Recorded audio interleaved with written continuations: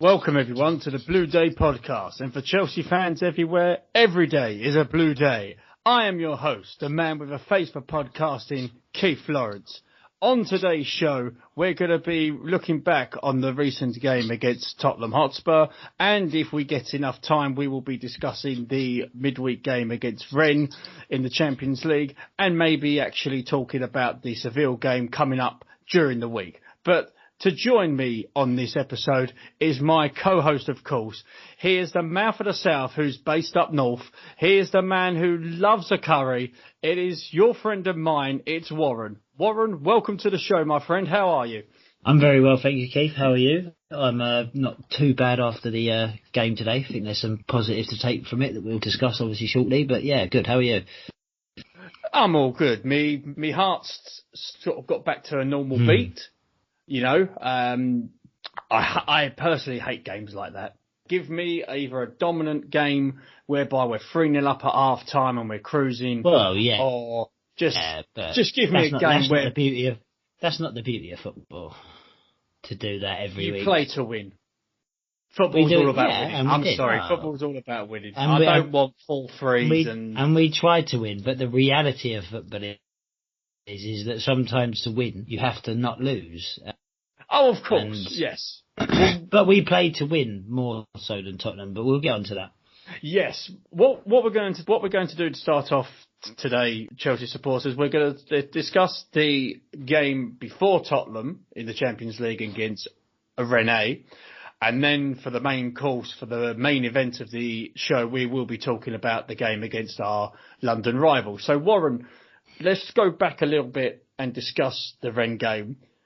The main points from that, we've earned qualification already into the knockout stages, which is hugely important. If you compare against the teams that are in the competition that are undecided at the moment, whether they're going to qualify or not, I look at the likes of PSG, Man United, Inter Milan look like they're going to be knocked out, which is a huge blow for them, obviously.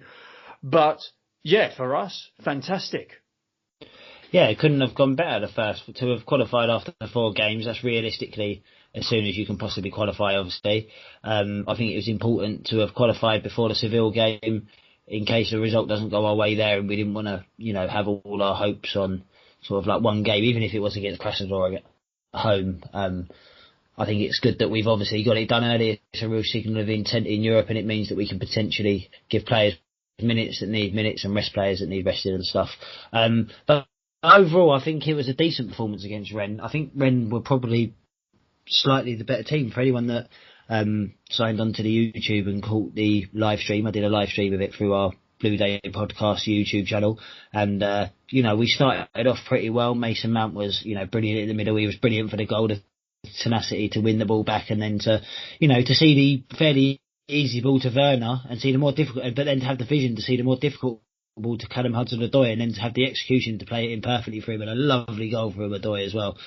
But I thought on the whole, Rennes probably deserved something out of the game. I thought they pressed a little bit harder, they worked a little bit harder, they was a bit slicker with their passes, and I called it on the live stream that what we needed to not do was have a sloppy 10-15 minutes before half time like we did against Newcastle, because we nearly let Newcastle back in the game, and in the end Newcastle didn't have enough quality on the day to exploit that, whereas Rennes did. I think it was quite an important goal to concede because it might refocus us a little bit. But generally I thought it was okay. I thought we looked quite good at the back. Zuma and Silva seemed to be forming a bit of a formidable partnership there with Mendy in behind them. Mendy dealt with most things well. There was some nice movement in changing up front. Remember, we're still missing, or at the time at least, we were still missing Havertz and Pulisic, and so there's still a lot of attacking talent. There's nearly 100, 200 million pounds worth of player to bring into that attacking force. So yeah, we're really, really pleased with the 3 points. Really, really pleased to see Drew get his goal. Fantastic header. Werner was sloppy quite a lot throughout that match. I think he's due a rest. I think he's due a bit of a rest. I think he's due a rest against Seville midweek. I completely agree with that. I would rest him against Seville, yes. Yeah, I think I can see Pulisic coming back in, and Odoi coming back in, and Havertz coming back in. Excuse me. I can see Jorginho coming in. I can imagine, and Azpilicueta playing again. I think he'll keep Chilwell for the balance and the rhythm, although he doesn't want to risk it. Saw today when he got injured, there's a potential risk that we haven't quite got the depth at left back beyond Chilwell. We need him. We probably need him to play out of the 28 remaining Premier League games. We realistically probably need him to play 25, 26 of them to have a really good season. You know, that's kind of where I see it. I think he's integral to the balance of our team, to be honest with you. He seems to favour, when he's taken Chilwell off, he has seemed to favour Emerson over Alonso. Alonso looked like he's nowhere near the club, is he? No, I think Emerson's probably considered the better defensively, isn't he? Yes. Yeah. Yes. Absolutely. But my thoughts on the Rennes game, it was a great performance in regards to what we needed out of the game. Yeah, it's a great result. Fantastic result. And we haven't even mentioned the winner. Not even mentioned it. It was just unbelievable. If you want to see a mad Chelsea supporter react to a late winner, go on the Blue Day Podcast YouTube channel, and my co-host here reacted with all the muster he had in him in Giroud scoring that late winner, and it was It was a fabulous winner.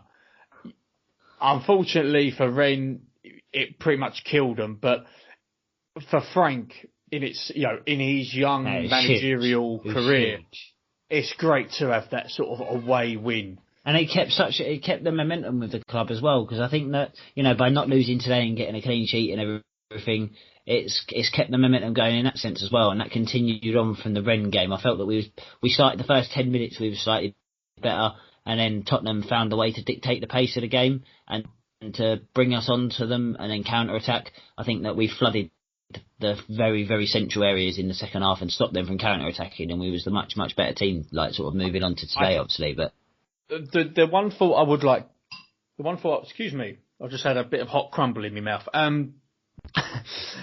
I did think the one moment in the second half, I did think there was moments where we was losing the midfield battle, because I did think a lot of the times Rennes were pushing forward a little bit through the middle, and our midfield. They was very intense. They played with a lot of intensity. They're a tough team. They are a very tough team. Yeah. I can see them doing very well in the French league this season.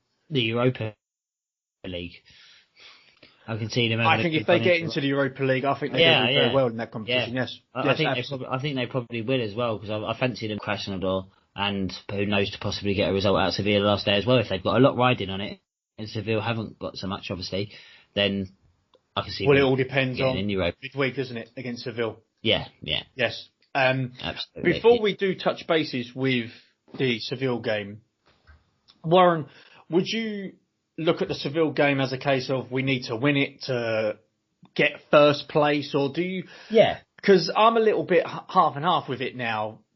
Well, the thing is with it, I suppose. Look, if somebody had said to me, "You're gonna finish second in the group and you would have qualified after match day 4, and you have the opportunity to rest players, but you finish second," I would have taken that. I would have taken that, because it was a potentially tough group. Rennes have proved themselves a decent side. Krasnodar have proved against Sevilla, and that they can pull out a performance and almost a shock result. Obviously, Sevilla are a very good side. They've won about 19 European League titles in the last 4 years, or whatever it is. They just keep winning and winning and winning and winning and winning, and they're always up and about there in La Liga as well, consistently, regularly up there. So I'd have bit your hand off for that. But I think, we absolutely have to go for the win. I think, Pulisic, if he comes back in, and Havertz, if he comes back in, and Azpilicueta and one or two others, if they come back in, have got a real point to prove at the minute, because, we're not conceding goals, and we're still, apart from today, we're still scoring goals regularly, and, we're still fighting for the right result that puts us top of the league. So a lot of people have got a lot to prove, and I think a lot of people want to prove a lot to Frank. So, I can see it. I fancy us to go out to Seville and win. I do. I fancy us to go out there and, do you know what? I've got a feeling we could go out there and put in a big performance, and go and put a big 3-0 away in or something, and make a real statement. I've got a really, really good feeling about the Sevilla game. Talking about the Sevilla game, is it 8 o'clock kickoff, Sevilla? It is an 8 o'clock kickoff. Yeah, so I'll be doing a live watch along as normal. Time permitting, there shouldn't be an issue because it's the 8 o'clock kickoff, so I'll be doing a watch along for that. So make sure you check it out on the YouTube channel. Check out our obviously all of our recent content as well. Like and subscribe. But specifically about today's game, Keith, one thing I noticed, we struggle sometimes. We get the ball and we play it wide, and there's no real options from Chilwell and Reece James. It's where I want to see Jorginho coming closer to them players on each side from the central midfield role, from the deeper role, and getting hold of the ball.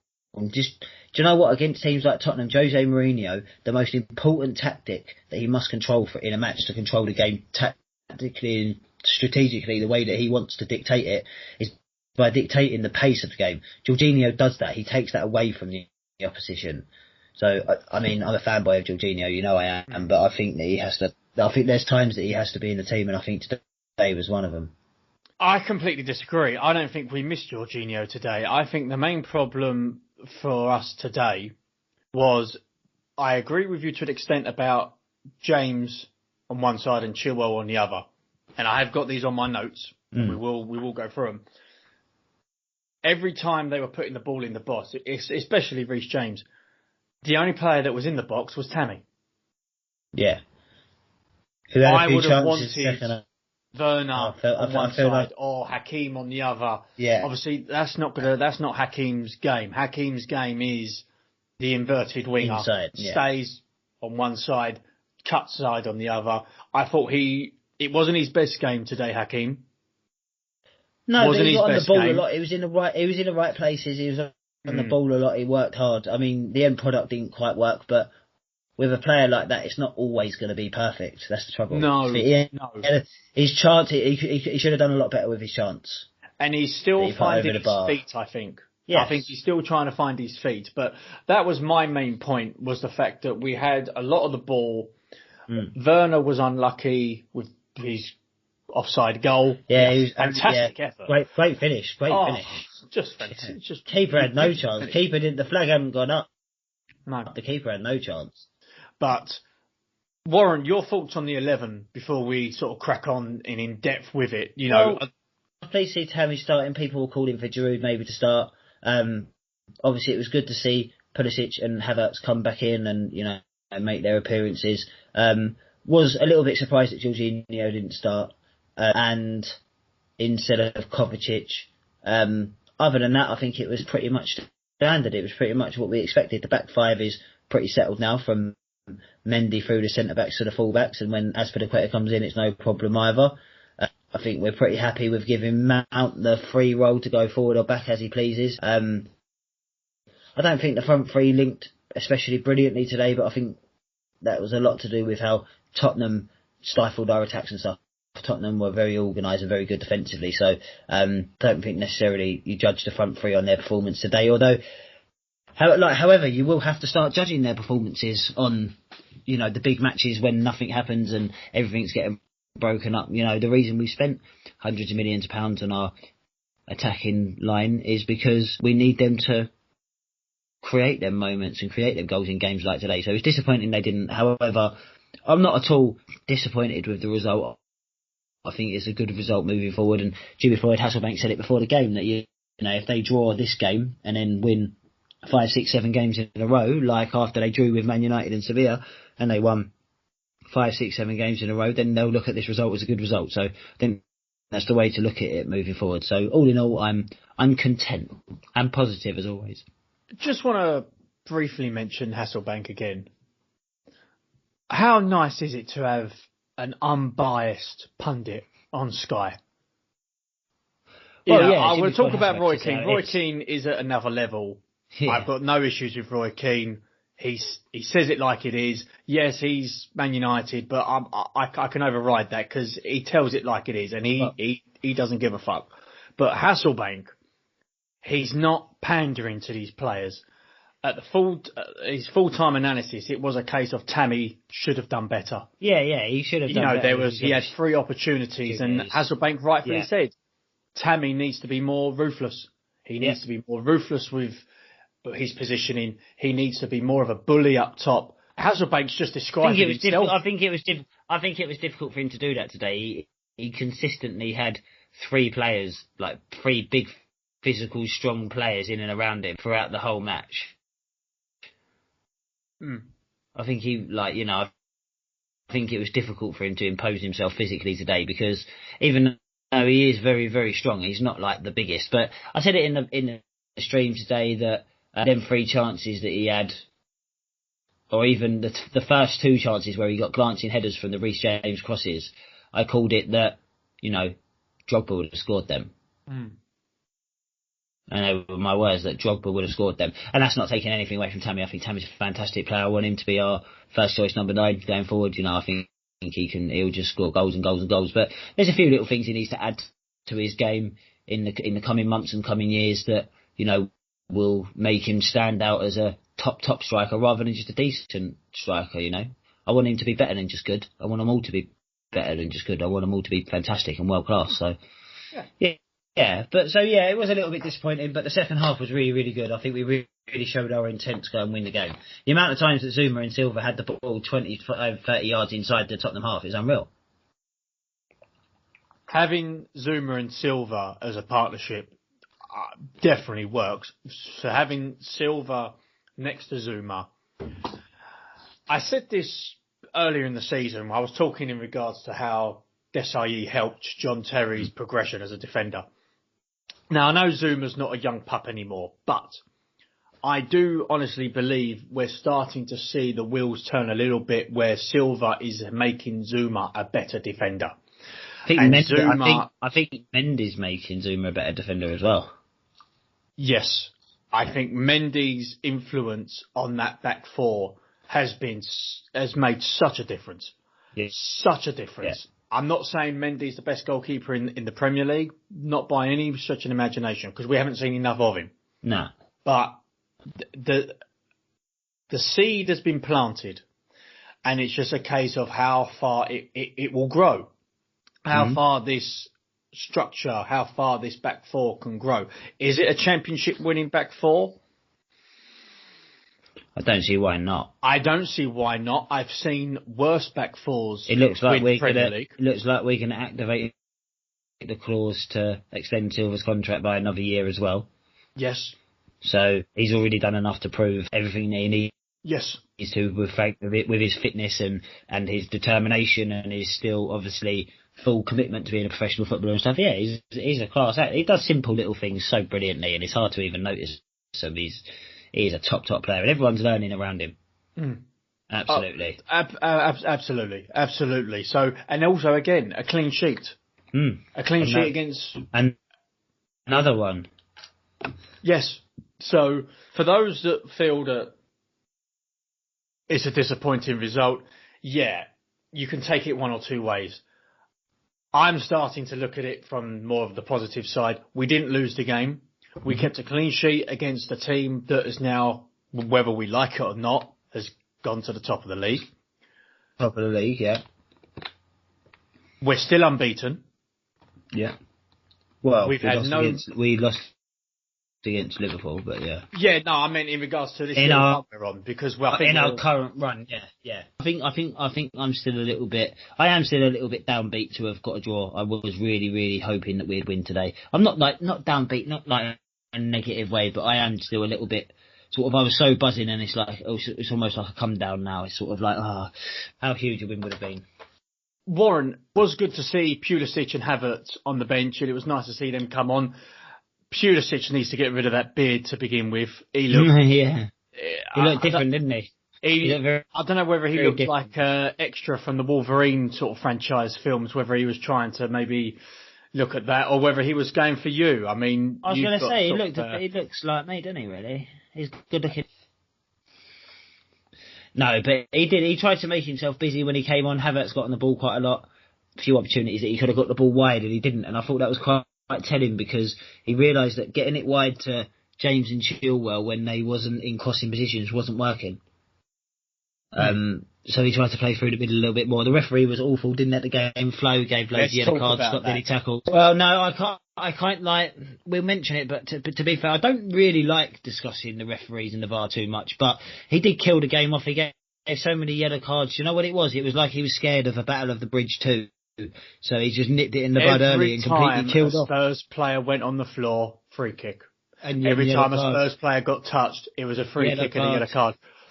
Yeah. What the fuck? I'm sorry, but it was the referee was very poor. I don't think it was about him growing a pair at all. I just think that he didn't want to deal with a certain kind of game, and he's just completely. Do you know what it was? It was the way that Mourinho would have wanted the referee to be, and it did just play into Tottenham's tactics a little bit more. If you had a game that was a lot more flowing, I think that it would have favoured Chelsea an awful lot more. So it was a very poor performance from the referee, and it did contribute to the game probably being a bit of a poor one for the neutral to watch. It was a bit of a watch for the purists today. So there wasn't like the greatest deal to sort of talk about, apart from obviously the disallowed goal, and Tammy had a few chances. Tottenham created a few chances as well. Mendy done well with a few incidents and a few situations, but yeah, it wasn't the greatest. Was Kane and Song on the pitch?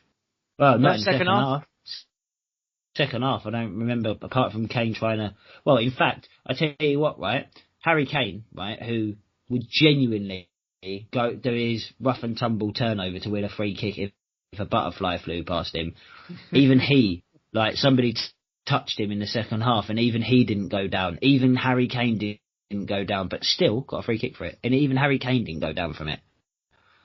And Ndombele obviously got shot a couple of times from the sniper on the top of the shed. Not that they don't all do it, but there was a few incidents where, like, Tottenham obviously becoming a bit renowned now for having sort of 8 or 9 Neymar reaction level players out there, and really trying to stifle the other team and wind the other team. I get it, it's a tactic winding the other team up, but you do it the way that Costa or Drogba used to. You don't do it by cheating like that. No, do you know what I mean? So yeah, he did take a lot away from the game, the referee, I feel. Zuma nearly cocked up though at the end, didn't he? There's a couple of moments in the second half, wasn't there? Oh yes. That Lo Celso, Mourinho went fucking mental, didn't he? When he had that chance, and he just clipped it out for a goal kick. He just thought, no, that'd be unfair to score now, wouldn't it? And he just clipped it out for a goal kick. And he just clipped it out for a goal kick. But literally, Mourinho was like, what are you doing? Oh my God, I bet he's going to get an earful on the coach home tonight. Oh, I'm sure he is. I'm very happy with the draw. Like I've said, clean sheets, always brilliant. And then again, at this stage of the season, we've only played sort of 9 to 10 games.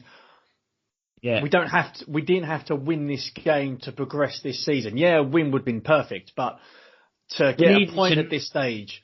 We needed to not lose, yeah. Yeah, to get a point at this stage where other teams are dropping points, like Liverpool, poor Jurgen Klopp, and City are still a little bit iffy. I personally believe Arsenal, they're more. Well, I mean, yeah, they beat Burnley 5-0, but that's completely standard. They've done that 4 times in a row.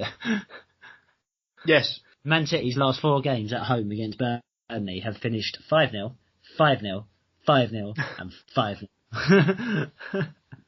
And I believe, pretty sure, right, and now don't actually quote me on this because I think I was on the phone when they was talking about this on Sky Sports last night, but I think that they said that in each one of them games, in each one of them games, Man City have had a goal disallowed as well. Oh, well, that is a stat. My goodness, that is a stat. Yeah, have a look at that one. But yeah, back to the mighty Chelsea anyway. Yeah, we'll talk about the mighty Chelsea because at this stage, London is blue. It always will be. Let Spurs have their little moment. You said it before we went on. Spurs can be top in March and they'll still fuck it up. So exactly, that is what will happen. I mean, 7 days was the longest period of time they've ever been top in the Premier League. They haven't been top after this many round of games since like 1961 or something, and they still want to be considered like a top club, like they're a big club because they've got a big toilet in North London somewhere, and they haven't won nothing for like what are they on? Like, just shut up, go on. Well, it'll be interesting now with our next league game against Leeds on Saturday. And I think that goes quite nicely to our next segue, because although I didn't say it at the start of the show, we are going to talk about it, because this has been a bit of a hot topic for Chelsea supporters within the last 48 hours. And I know that you and I have discussed it at length. Yeah. And I wouldn't say we've been at loggerheads about it, but we have disagreed on a lot of it. All of it. Near enough. Yeah. Chelsea Leeds next Saturday. It's an 8 o'clock kickoff, which I think is a bit of a stupid time to have a game on a Saturday night, but forget about that for a minute. Fans are allowed back in, albeit maximum 2,000 fans. Chelsea have announced that they are going to open the Shed lower and the West Stand lower for the Chelsea Leeds game and the Chelsea Krasnodar game, which is after Leeds. And they've announced the ticket prices for them matches. I'll start with the Krasnodar game. Warren, I know you know all this, but just in case certain fans that are listening to this that don't know, the Krasnodar game, if you wanted to go, it was £35 in both stands. For the Leeds game, it was £40 in the Shed lower, £75 for the West Stand lower. Yeah. Now, for those that are wondering if I can go on the Chelsea website and buy a ticket now, you can't, because it was for a ballot with season ticket holders from last season. Yeah. So if you wanted to get a ticket for these games, you had to enter the ballot. I believe the deadline's passed. So by the time you listen to this, it would have been passed. So hopefully you would have known beforehand. But yeah, Warren, to talk about this, it's sort of... Well, yeah, I mean... I have to sort of mind my P's and Q's with it, because the Chelsea Supporters Trust has issued a statement that the press have taken upon themselves to highlight. The Chelsea Supporters Trust aren't happy. They feel that the £75 in the West End lower bearing in mind the world we're living in now, is pretty much a joke, and they feel that Chelsea should change it. Well, you and I have had major discussions about this, and Warren, to sort of discuss it to our listeners. Well, let's just say your views on this. I mean, firstly, the Chelsea Supporters Trust, I find myself agreeing with the Chelsea Supporters Trust more than 90% of the time. They do a fantastic job. They represent the fans superbly well, and they do it very passionately and very thoroughly and very efficiently, and they do a great job. I do disagree with them on this one, because the price for a ticket in the West End lower would have been £71 anyway. It would have been £76 had it been on general sale. The Shed End prices are £40, are completely standard, if not slightly cheaper than what maybe you would pay on a normal match day. The Champions League tickets are completely standard price and what we expected before the season. They've put it up. Let's say that they've put it up £4 from 71 to 75, right? And they're going to get 2,000 fans in for 12, 15 games, right? They're going to make £200-300 profit more from those limited number of tickets that they're able to sell. And they've lost millions and millions and millions of pounds during the pandemic and spent £250 million on players and another £50 million on wages over the X amount of years and all the rest of it, blah, blah. I don't actually think it's that much of a piss take. I think that they've put it up a very, very small amount. I was a little bit surprised that it wasn't sort of 60 quid, or all the tickets were 55 quid, for example. Maybe met in the middle of the 40 and the 75 and made all tickets 57.50 or something, so that it was equal everywhere.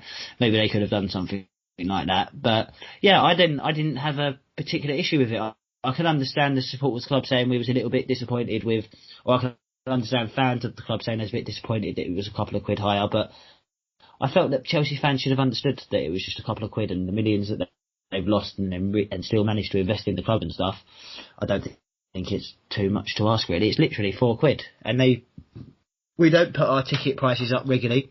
Our season tickets do generally stay the same price for many years. It's still only £30 for every single away game, and 30 odd quid for cups and Champions League games, and 42 quid starting price for cup final tickets and stuff. And yeah, I don't think that Chelsea take the piss with their ticket prices. They also done an awful lot for the community and for charity and stuff during the pandemic and stuff. So yeah, I mean, like, for the sake of £4, like, come on, man. Like, that's my thoughts on it. I do completely understand and empathise with people that, like yourself, that have the opposite point of view, that think that it's sort of like, you know, taking the piss a little bit. I think it's understandable that you think that. It's just, I think that there's a bigger picture there. I think there's a bigger picture there for the club. How can I start this? The only thing I can think of that they've done is they've obviously considered the history that Chelsea have with Leeds.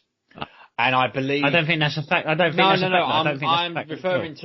I'm referring to regards to the team in Category A or a Category A or Category B. Yeah, because obviously all teams are in different categories. Yeah. So as far as I can tell, a friend of mine did actually say to me yesterday that the last time Leeds were in the Premier League, it was a Category AA game anyway. So it was. Yeah, it was higher. The Chelsea website still categorises it as a AA match.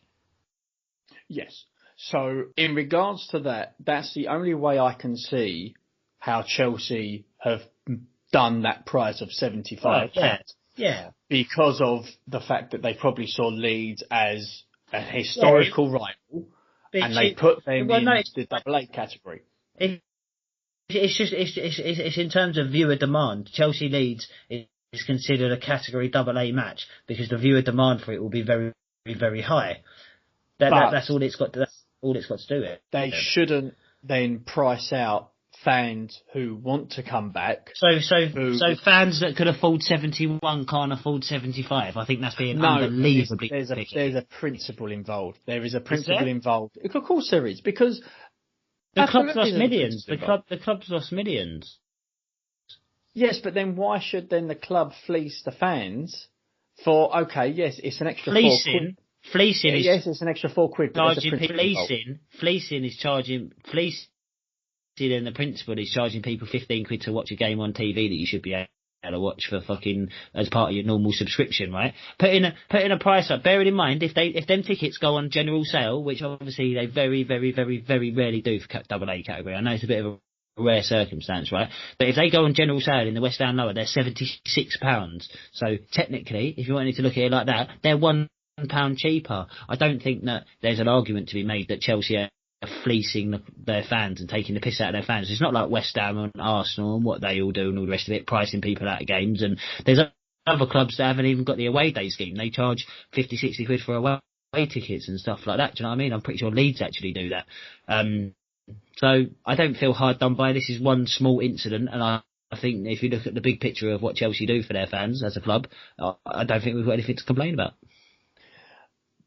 I just feel, looking at it from the sympathetic side of the supporters, where some of them who are dying to go, and there are thousands of fans that are dying to go, like you and I, Warren. You know, we are desperate to return to the bridge. So why was this not an issue last season? Why was the fact that it was £71 for a game in the West Stand last season? Why was it not an issue then?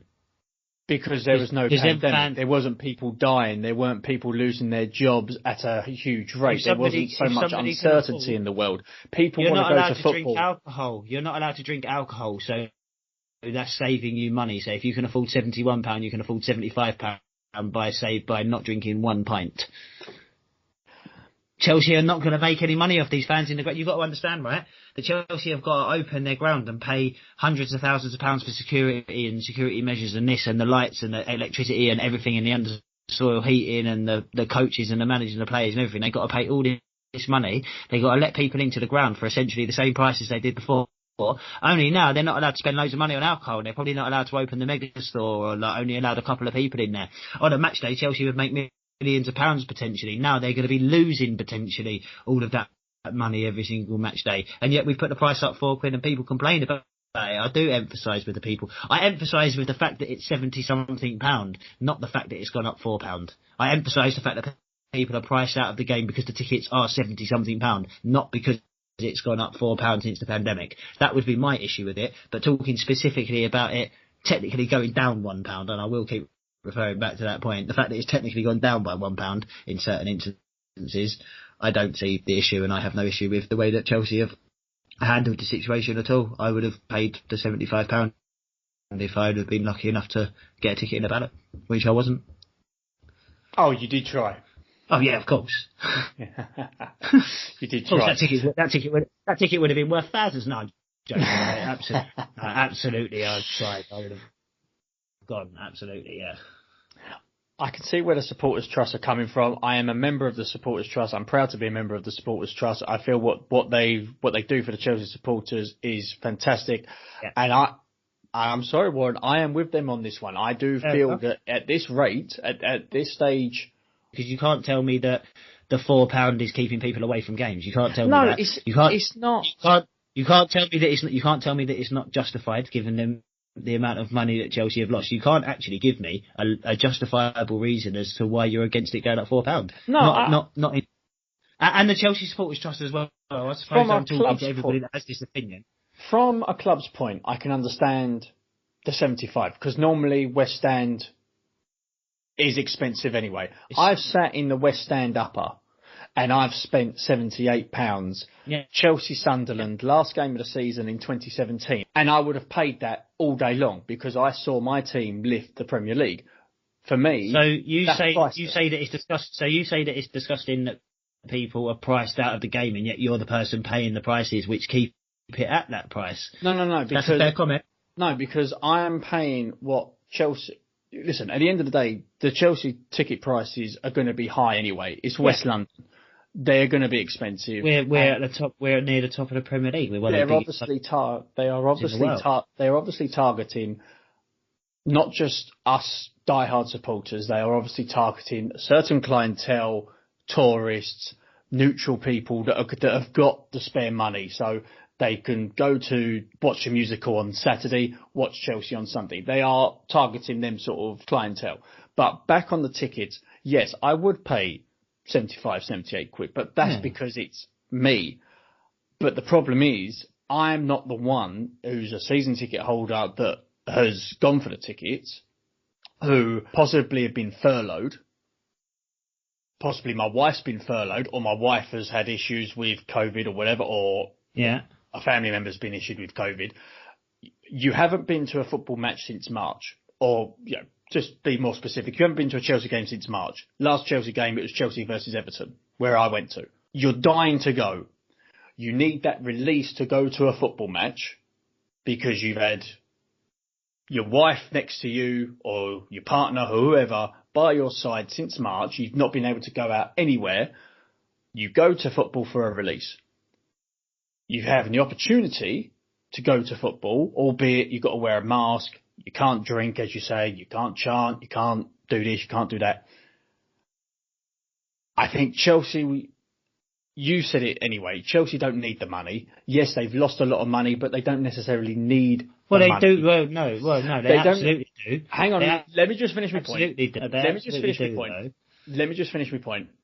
I feel that as a goodwill gesture, if they were going to put the prices up in the West End lower to £75, they should have mentioned it at the end of the season that they were going to put some of the ticket prices up, because certain Chelsea fans did know to an extent that Chelsea were going to put prices up for the Premier League. I mean, I knew that back in February that Chelsea were going to put prices up, but they should have announced it beforehand that if you West Stand lower is going to be 75 quid, because then when they announce that one of the stands that will be open is West Stand lower, yes, you would have known it's 75. Don't announce it when, oh yes, we want 2,000 fans in, but by the way, on one of the stands, you've got to pay £75.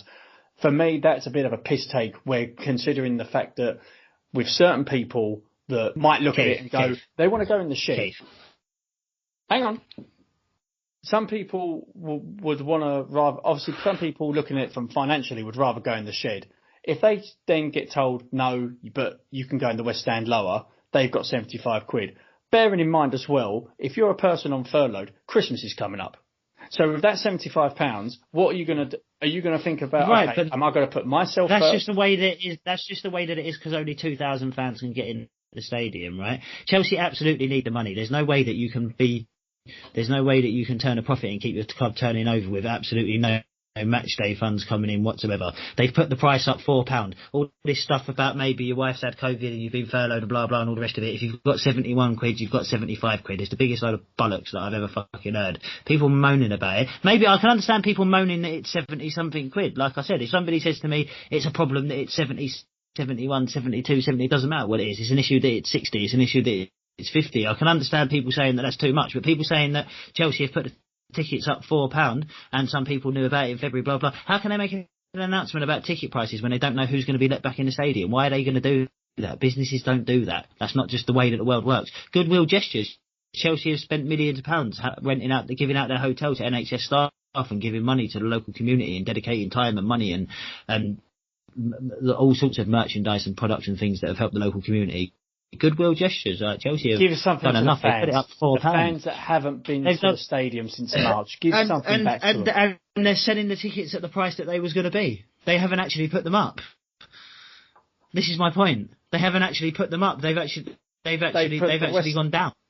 For category AA, it would have been 76 quid general sale, which is kind of like the ballot has to be considered half a general sale. It wouldn't. How many? No, but a ballot has to. But these are unique circumstances. You have to look at it that a ballot almost is like half general sale. Like it's a bit of a box office. First one who can ring up gets it. But it's the same with it. But listen, it's the same with away games. It's the same with home games. If like there's a certain amount, it's the same with away games. There's a certain amount of seats, and there's more season tickets that are technically allowed to buy them. You have to be first one there. That's just how it is. Like, but you can't tell me that people like. I mean, I can understand that. People could afford to sit in the shed and not necessarily afford in the West End. That's a big difference. But that was true anyway. Why was it not a problem last season and the season before? Why is everybody saying that this is an issue now, but it never has been before? Because Chelsea have put their tickets up £4, technically down £1. I don't buy into it at all. I just think it's people moaning a lot, to be honest with you. I don't see the problem. The ticket price is the ticket price. It would have been that anyway. If it wasn't for the pandemic, like, the thing is, businesses have to go on as normal. Does anyone complain that the pubs are still selling pints at the same prices? When they reopen, are people going to be complaining? Are people going to be so excited that the pub's happy, going back to football, it's going to the pub, same sort of thing? They're going to go to the pub and be like, oh, the pubs are still selling pints at the same prices. I thought as a goodwill gesture I'd get the first 15 for free. Like it's just, do you see what I mean? It's nonsense complaining about the price of the tickets, because the price of the tickets are the same as they would have been anyway. And yes, people have been on furlough and all the rest of it. Chelsea have lost a lot of money as well. Chelsea have been paying their staff 100% of their wages, whilst their staff are not producing anything financially for the club. They're not doing no work. They're all sat at home, even the players. They're paying everyone full price, whilst giving their hotel out to NHS staff and all the rest of it. And yet they've kept the ticket prices the same as they was going to anyway. And people think that Chelsea are taking the piss, and not like, no, I don't buy into it at all. I think it's nonsense. I still think we're going to beat Seville though. If you are lucky enough to have got a ticket for either the Leeds or Krasnodar game, please get in touch with us and tell us how you feel on the situation, or if you tried and failed to get a ticket for the Leeds and Krasnodar game. Get in touch with us at thebluedaypodcast@gmail.com, or find us on Facebook and message us in the inbox, where we will actually air it out, and we will actually, try and get some videos. We will discuss it. Videos so that we can sort of try and take in the really unique atmosphere that it's going to be, and obviously get some videos where you can hear the players talking to each other. That's going to be quite a unique thing that. Like people in the ground are now going to hear everything that the players are saying and stuff. So I think that's going to be like quite interesting. So yeah, absolutely get in touch. We've obviously got the Instagram, the Facebook, the email, the YouTube, the Twitter. Like, you can't miss us now. Type Blue Day Podcast into any search bar anywhere and you'll find us. Absolutely. And one thing we would like to mention as well is Chelsea obviously have their policy with the tickets. Obviously, in regards to the ballot itself, I know there was a few people that had the ump about the ballot, but at the end of the day, there was no other way of doing it. There was no other way. Nah. Certain people were saying, "Oh, but what about people that have been to Chelsea longer?" No, that would not have worked. No. So, unfortunately, folks, a ballot was the only. That would have literally been ageist, because that would be like saying, oh, Keith, you can't go because Warren supported Chelsea longer than you. That would be the most unfair load of nonsense ever. I mean, don't get me wrong, I'd accept it if I got a ticket over you, but it would still be really unfair on you. Mm. Well, unfortunately, I couldn't go anyway because I'm in Tier 3. So, and because of that... Oh, yeah, so am I. I'm in Tier 3. I mean, I would have lied and changed my address to a Tier 1. I would have done the same. Yeah. I certainly would have done the same, but also I was a little bit. I weren't too bothered. I'm not bothered. It's a 600-mile round trip.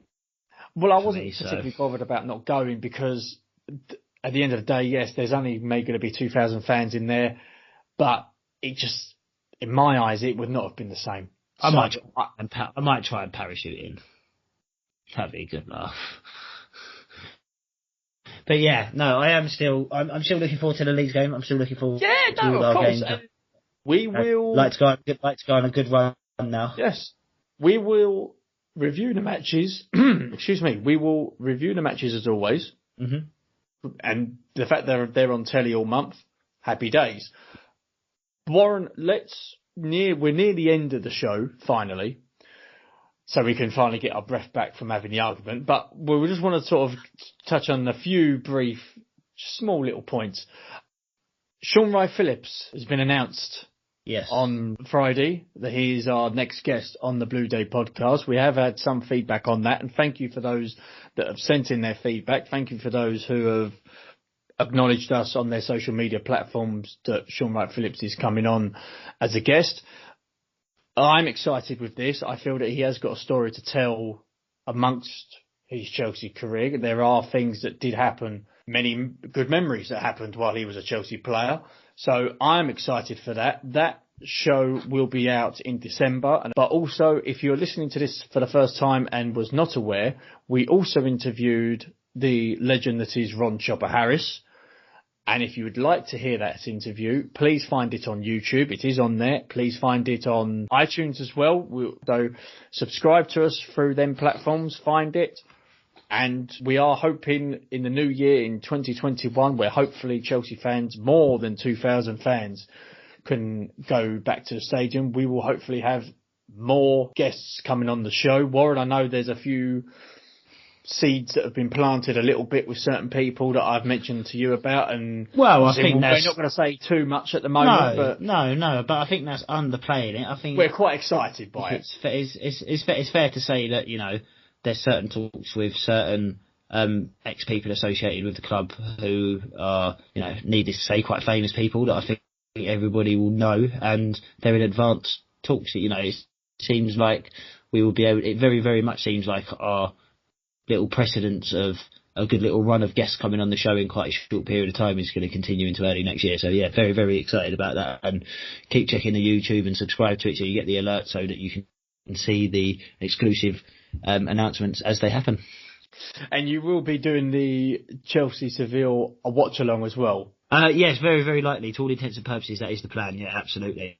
But definitely for the Leeds game next Saturday as well. Oh, yes. I'm going to try and do a watch-along for, you know, all Premier League games, and then definitely the bigger games in the Champions League. The Sevilla game, you know, if we win the Sevilla game, I probably wouldn't do a watch-along for the Krasnodar game because Les would be riding on it, so... That's fair enough. But yeah, for sure, Leeds next week, 100%. Yeah, definitely. Brilliant. Warren, do you have any news before we decide to depart on this Sunday evening? Do you have anything else that you'd like to mention Chelsea related before we? No, I don't. Watch so. Arsenal. I think all in all, I think. Well, oh yeah. I suppose I probably will put the. No, in fact, I'm probably going to take the dog out for a run. He needs to go out, and then I'll probably need to go up and get into bed because it's an early start tomorrow. So no, I probably won't watch the battle of the mid-table teams. Trying to put pressure on Man United just above mid-table there. So no, that's pretty much going to be it for me for the rest of the night. It's been a good week all in all football-wise. Obviously, what with the win last week and then the win in midweek. And then not losing today, another clean sheet. Yeah, positive. Looking forward to the Sevilla game. Good. So please join us next week on the Blue Day podcast, where we will be reviewing the Seville and the Leeds game, and we will have more announcements coming up whereby there are certain, as Christmas is coming up, there are certain potential Chelsea memorabilia that is coming onto the market a little bit that we are hoping to promote. We just need to find the last few details in proceedings, but that'll be something that we're going to hopefully promote next week, Warren, and that's going to be something that I'm looking forward to sharing as well because they are for good causes. Yeah, you know, it will help the charities involved. So we would like to do that. And also we will hopefully give more information out on the upcoming Sean Wright-Phillips interview. But Warren, enjoy the rest of your evening. Folks, stay safe. Keep the blue flag flying high. I will let Harry J and the All-Stars play us out. Stay safe and carefree.